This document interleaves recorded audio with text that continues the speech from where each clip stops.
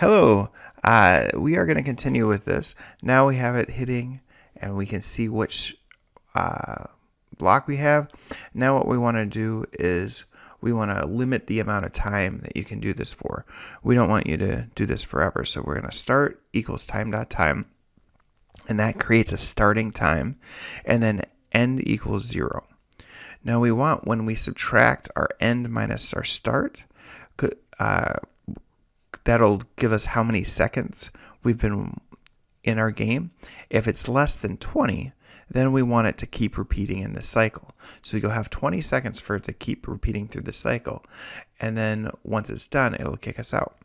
Now, in order to update the end each time, we do end equals time.time while it's still in the while loop. And so each time it goes through, it will take the end time, subtract from the start. If it's less than 20, it'll run. Now, outside of there, we want to do an mc.post to chat, because you won't see this until you break out, so that means you'll be done. We're going to just say game over. All right. So when we run this, we can start up, turn into our sword, hit some blocks. Found some stone. What else are we going to find here? Oh, there's another stone.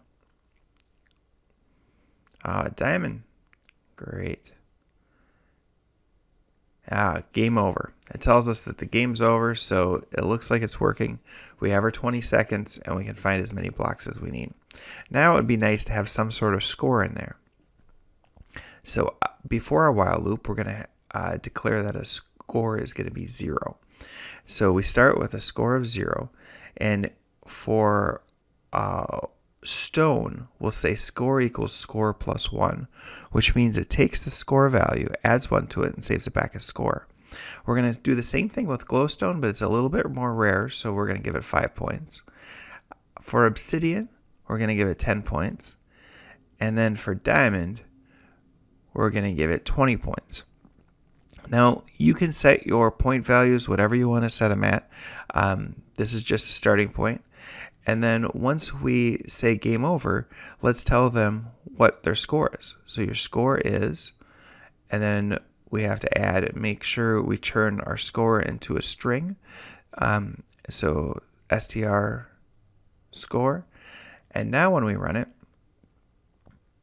there we start with a clear board. All right. Found a couple of things so far. Another stone. All right, our score is 12. So it looks like we have an operational game for one person.